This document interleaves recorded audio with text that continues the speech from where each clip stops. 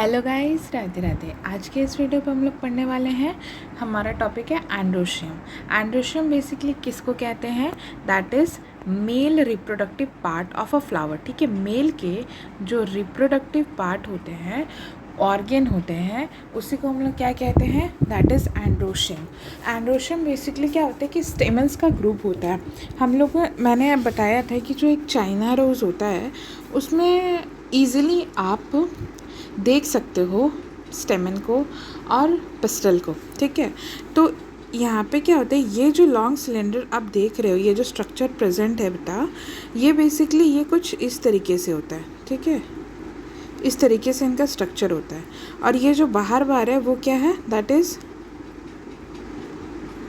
Powdery kit होते हैं। ठीक है, तो ये बेसिकली होता ये है कि एंड्रोशियम जो होता है वो क्या कंसिस्ट करता है? स्टेमन। मतलब जब एक स्टेमन, दूसरा स्टेमन या तीसरा स्टेमन या चौथा स्टेमन एक फ्लावर में कंसिस्टेड है, तो उस पूरे मेल रिप्रोडक्टिव पार्ट को ग्रुपली हम लोग उसको बोलते हैं एंड्रोशियम। और एक पर्टिकुलर पार्ट को हम लोग क्या बोलेंगे? स्टेमन। Each स्टेमन consist of stock, filament and an anther. तो यहाँ पे क्या होता है कि ये एक स्टॉक कंसिस्ट कर रहा है, स्टॉक मतलब ये फिलामेंट, और एक एंथर कंसिस्ट कर रहा है जो कि ये वाला पार्ट होता है। इसको हम लोग क्या कहते हैं? एंथर। और इसको हम लोग क्या कहते हैं? फिलामेंट। यहाँ पे मैंने डायग्राम से भी बताया एंथर और फिलामेंट को। Each anther is bilobed. अब यहाँ पे क्या होता है कि जैसे कि मैं बता रही हूँ कि ये स्ट्रक्चर जो है वो इस तरीके का प्रेजेंट है। इसका जो डिवीज़न है वो सिर्फ बाहर से ही कंपार्टमेंट में नहीं दिख रहा है, कंपार्टमेंट में बटा सिर्फ बाहर से ही नहीं दिख रहा है, वो अंदर से भी क्या है? डिवाइडेड है। ठीक है, ये एक पार्ट इधर, एक पार्ट इधर। अब यहाँ पे क्या क्या गया? ये बाइलोब्ड है। हम इसको कह सकते थे ना कि ये दो कंपार्टमेंट में डिवाइडेड है, a anther consist of two compartment. हाँ, ये भी सही है, लेकिन उसको एक नाम दिया गया है, दैट इज़ बाइलोब्ड। तो इसमें आप कन्फ्यूज़ मत होइएगा। अगर उसमें लिखा जाता है ट्राइलोब, टेट्रालोब, तो आप कन्फ्यूज़ हो जाएगा। आपको ये बस याद रखना वो बाइलोब्ड होता है। And each lobe has two chambers, जिसको हम लोग क्या कहते हैं? Pollen sac. अब ये मेरा एक लोब हो गया और ये दो लोब हो गया। एक लोब में क्या है? और एक बार डिवीज़न है। ठीक है, तो ये एक लोब जो है वो क्या कंसिस्ट कर रहा है? दो चैम्बर कंसिस्ट कर रहा है। और दो चैम्बर में जहाँ पे पोलन ग्रेन होते हैं वहाँ पे क्या होता है कि उस पर्टिकुलर रीजन को हम लोग क्या कह देते हैं? Pollen sac. बेसिकली बहुत ज़्यादा रहता है, तो इस पूरे को हम लोग पोलन सैक कहते हैं, जो कि क्या कंसिस्ट करेंगे? पोलन ग्रेन्स को कंसिस्ट करेंगे। ठीक है, the pollen grain is produced in pollen sac. मैंने बताया कि जो पोलन सैक होता है उसमें पोलन ग्रेन होता है। ऑब्वियसली पोलन सैक है, मतलब पोलन के रहने के लिए एक सैक है। ठीक है, तो उसमें तो पोलन ग्रेन ही रहेंगे। अब नेक्स्ट आता है अ sterile स्टेमन is staminode.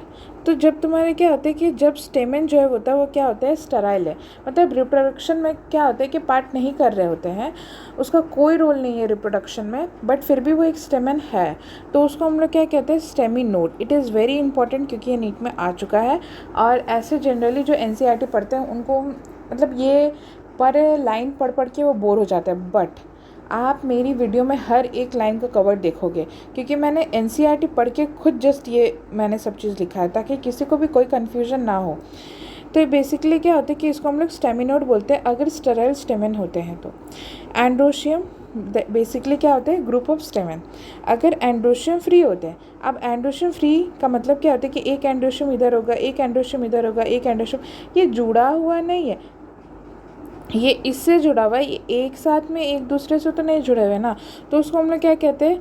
Free androecium, जिसको हम लोग पॉली एंड्रस कहते हैं। और जब ये ही इस तरीके से फ्यूज़ होकर के दो बना देते हैं या तीन चार, मतलब सेवरल स्टेमन का फॉर्मेशन होता है, तो अगर वो फ्यूज़ है मतलब एक दूसरे में जुड़े हुए रहते हैं, तो उसको हम लोग एडेलपस बोलते हैं। ठीक है, next is fusion of androecium. Fusion of androecium का मतलब यही होता है जब क्या होता है कि ग्रुप ऑफ स्टेमन क्या कहलाता है? एंड्रोशियम। तो जब ये क्या होता है कि एक ग्रुप ही बनाते हैं, that is consisting of only one androecium, one group, तो उसको हम लोग क्या कह देते हैं, लेकिन ये फ्यूज्ड होना चाहिए, ठीक है, फ्यूजन ऑफ एंड्रोशियम है, इसमें फ्यूज्ड होना चाहिए, इसमें फ्री नहीं चलेगा, ठीक है। तो ये क्या होता है कि फ्यूज्ड होने चाहिए। अगर वो क्या कर रहे हैं कि सारे स्टेमन मैम एक ही एंड्रोशियम बना रहे, एक ही ग्रुप बना रहे, तो वो किस में प्रेजेंट होता है, चाइना रोज में, और उसको हम लोग बेसिकली क्या कहते हैं, दैट इज़ मोनो एडेलेफस, ठीक है। Don't get confused between the names, ठीक है, एक दूसरे से रिलेट करने वाले नेम है पॉलीएंड्रस एडेल्फस, मोनो एडेल्फस, तो इसलिए जो रहता है डोंट गेट कन्फ्यूज्ड। मोनो एडेल्फस जो रहता है वो फ्यूजन ऑफ एंड्रोशियम को कहते हैं, एंड मोनो मतलब क्या होता है कि पर्टिकुलरली वन। तो जब एक ही एंड्रोशियम कंसिस्टिंग फ्लावर होगा या प्लांट होगा तो उसको हम लोग क्या कहेंगे, दैट इज़ मोनो एडेल्फस, जो कि चाइना रोज में प्रेजेंट रहता है। अब यहाँ पे क्या होता है, जब एंड्रोशियम जो रहता है वो क्या होता है, दो ग्रुप में डिवाइडेड होते हैं, ठीक है। एक पर्टिकुलर ग्रुप ऑफ एंड्रोशियम एक तरफ, एक पर्टिकुलर ग्रुप ऑफ एंड्रोशियम एक तरफ, तो दो हुआ है ना। तो बेसिकली एक फ्लावर जो है वो कितने एंड्रोशियम ग्रुप ऑफ कंसिस्ट कर रहा है, दो ग्रुप कंसिस्ट कर रहा है मैम, और वो भी फ्यूज स्टेज में। इट इज़ वेरी इंपॉर्टेंट, ठीक है। और ये किस में प्रेजेंट होता है, दैट इज़ पी में प्रेजेंट होता है। और इसको हम लोग क्या कहेंगे, जब दो का ग्रुप बनता है तो उसको हम लोग क्या कह देते हैं, that is diadelphous. Next is जब बहुतों का ग्रुप बन जाए, एक एंडोशियम, दो एंडोशियम, तीन एंडोशियम, चार एंडोशियम, मतलब मैनी ग्रुप्स का फॉर्मेशन हो जाए जिसको हम लोग एक और दो में गिन ही नहीं सकते हैं, तो वो किस में प्रेजेंट होता है, सिट्रस में प्रेजेंट होता है। और सिट्रस में प्रेजेंट होता है और इसमें मैनी है, तो मैनी को हम लोग क्या कह देते हैं, पॉली एडेलेफस, ठीक है। कितने तरीके के हमारे फ्यूजन ऑफ एंड्रोशियम होते हैं, तीन तरीके के, monadelphous, diadelphous and polyadelphous. Polyadelphous तीन भी कंसिस्ट कर सकते हैं ग्रुप ऑफ एंड्रोशियम, चार भी, पाँच भी, छः भी, इस तरीके से वो कंसिस्टेड होंगे। Next is variation of length. अब वेरिएशन ऑफ लेंथ से ये कहना रहता है कि जब हमारा एक स्टेमन इस तरीके का रहता है, एक स्टेमन इस तरीके का रहता है, तो ये भी तो स्टेमन है और ये भी स्टेमन है, बट इन्हीं तरीके के बंच में ये साइज़ एक हो गया और एक का बहुत लंबा साइज़ होता है, एक का बहुत लंबा साइज़ हो जाता है। तो जब क्या होता है कि एंड्रोशियम बेसिकली, स्टेमन नहीं, androecium basically variation of length show करते हैं एक ही फ्लावर में रह करके, तो उस पर्टिकुलर चीज़ को हम लोग क्या कहते हैं, डायनामस कहते हैं, ठीक है। तो जब क्या होता है कि जब एंड्रोशियम जो रहते हैं, दो ऐसे एंड्रोशियम जो वैरी करते हैं लेंथ में, तो उसको हम लोग डायनामस कहते हैं, टू एंड्रोशियम लेंथ वैरी, और ये किस में प्रेजेंट रहता है, साल्विया में प्रेजेंट रहता है। नेक्स्ट वन इज़ जब चार एंड्रोशियम मैम, ठीक है, एक मान लेते इस तरीके के होंगे, एक मान लेते इस तरीके के होंगे, एक मान लेते इस तरीके के होंगे, ठीक है।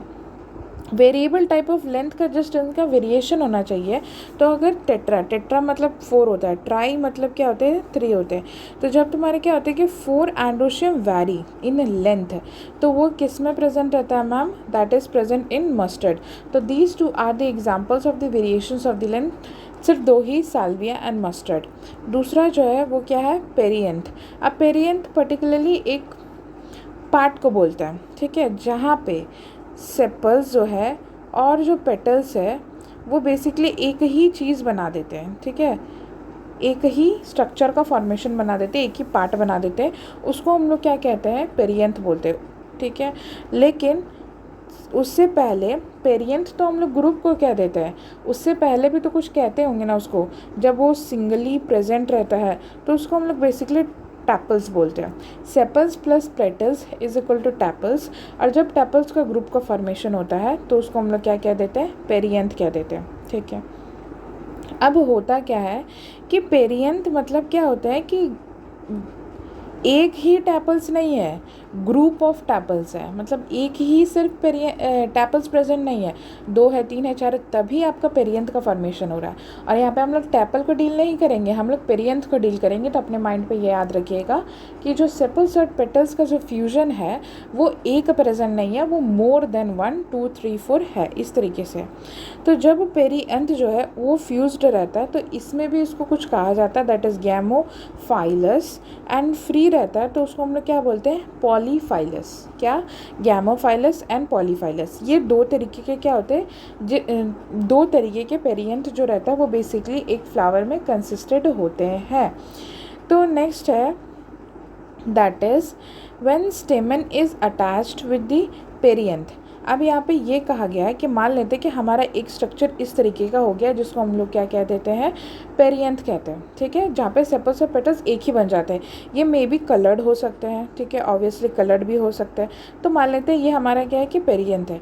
और जब क्या होता है कि व्हेन द स्टेमन इज़, ये पेरियंथ से ये जो स्टेमन है वो अगर अटैच्ड रहता है मैम, तो उस पर्टिकुलर चीज़ को हम लोग क्या कह देते हैं, दैट इज़ एपीफाइलस।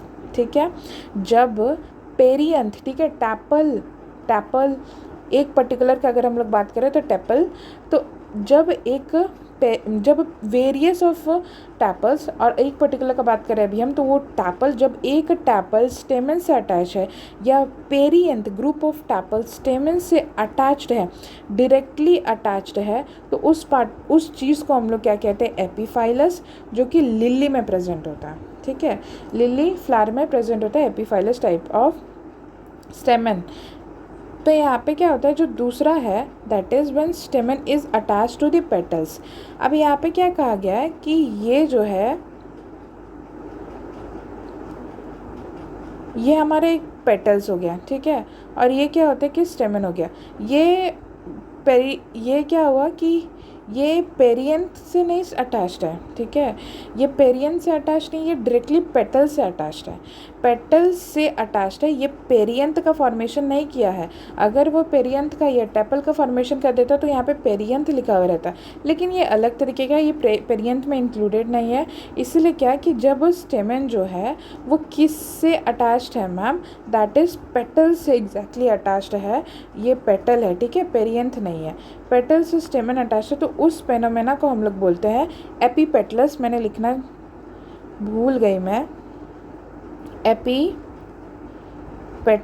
ठीक है, एपीपेटलस बोलते हैं उसको, ठीक है, उस फेनोमेना को एपीपेटलस बोलते हैं। जैसे इसमें पेटल है और उसमें एपीफाइलस है, तो उसमें आप उतना रिलेट नहीं कर सकते पेरियंथ और स्टेमन को अपने माइंड में, बट यहाँ पे ये देख लो कि एपीपेटलस है, मतलब वो पेटल, तो ये पेटल से अटैच्ड होगा, तो ये आप जनरली याद रख सकते हो। तो इसका जो एग्जाम्पल है दैट इज़ ब्रिंजल, धतूरा and sunflower, that is BDS, ठीक है, BDS, ब्रिंजल, धतूरा, सनफ्लावर।